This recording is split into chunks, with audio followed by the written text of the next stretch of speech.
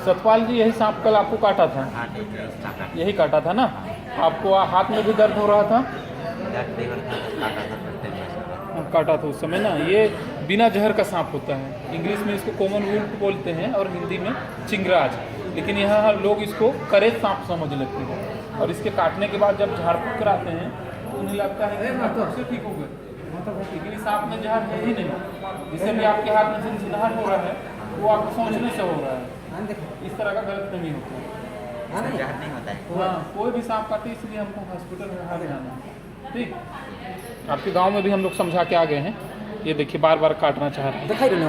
हाँ, ये जो काट रहे हैं, अगर ये जहरीला सांप होगा तो आदमी मर जाता है, लेकिन इसमें जहर नहीं है। इसके बाद अगर मैं झाड़ फूँक कराऊंगा तो मैं बचूंगा ही, क्योंकि इसमें जहर नहीं है। लेकिन हम लोग को फिर क्या लगने लगता है कि झाड़ फूँक करने वाला जहर उतारने जानता है, लेकिन सांप में जहर है ही नहीं। ये धोखा हो जाता है।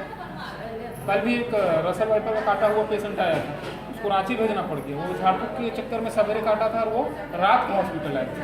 उसकी किडनी में समस्या होना शुरू हो गया। लेकिन कोई भी सांप काटे झाड़ फूँक के चक्कर में नहीं पड़ना है, सीधे हम लोग ये करेत नहीं है, करेत का हम शकल है चिंगराज।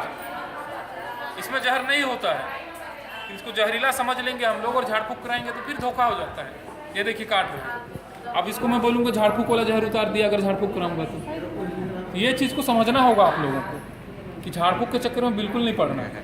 सांप काटे सीधे हॉस्पिटल, घर में मच्छरदानी लगा के सोना है और पलंग में सोना है। अब झाड़ फूँक में टाइम बर्बाद नहीं, सीधे हॉस्पिटल आना है। ठीक है, आप लोग हॉस्पिटल आए, बहुत अच्छा किया। पूरे गाँव मोहल्ला में बताएं, जब भी किसी को सांप काटे तो हॉस्पिटल लेके, ये आप लोग भी जाके बताइए। हाँ, और सांप निकलेगा तो फ़ोन कर सकते हैं। ठीक है।